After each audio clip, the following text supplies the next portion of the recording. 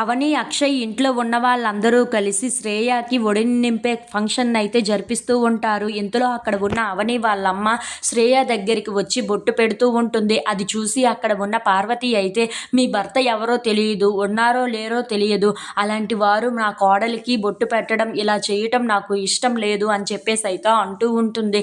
ఆ మాటలు విని అక్కడ ఉన్న అవని అలాగే వాళ్ళ అమ్మ అయితే చాలా బాధపడుతూ ఉంటారు. ఇంతలో అక్కడ ఉన్న పల్లవి మాత్రం, ఏంటంటే మీకు ఈ మాత్రం కూడా తెలియదా, ఇలా మీరు చెయ్యకూడదు ఇలాంటి పనులు, అలాగే మీరు పంచులు కూడా ఉండకూడదని మీకు తెలియదా, మీ పెద్దవాళ్లే కదా, ఈ మాత్రమైనా తెలిసి ఉండాలి కదా అని చెప్పేసి అయితే అవని వాళ్ళ అమ్మని అవమానిస్తూ మాట్లాడుతూ ఉంటుంది. ఆ మాటలు విని అక్కడ ఉన్న అవని వాళ్ళ అమ్మ అయితే చాలా బాధపడుతూ ఉంటుంది.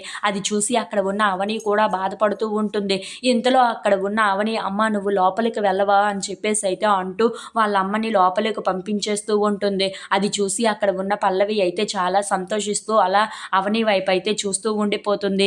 ఇంతలో అక్కడ ఉన్న రాజేంద్ర ప్రసాద్ ఆ మాటలు విని అక్కడ జరుగుతున్నవన్నీ చూసి అయితే తను ఉండలేక చేతులు అయితే కదుపుతూ ఉంటాడు, కాళ్ళు కదుపుతూ ఉంటాడు. అది చూసి ఇంట్లో ఉన్న వాళ్ళందరూ అయితే ఒక్కసారిగా షాక్ అయిపోతూ ఉంటారు.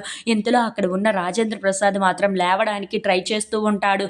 అది చూసి అక్కడ ఉన్న పల్లవి అయితే చాలా కంగారు పడిపోతూ ఉంటుంది.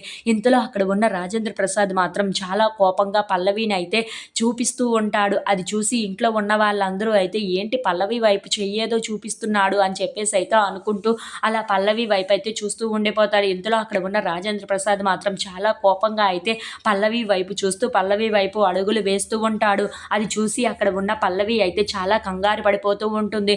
ఇంతలో అక్కడ ఉన్న అవని మాత్రం, మామయ్యలో చలనం వచ్చింది అని చెప్పేసి అయితే అనుకుంటూ చాలా సంతోషంగా అయితే వాళ్ళ మామయ్య దగ్గరికి వెళ్తూ ఉంటుంది.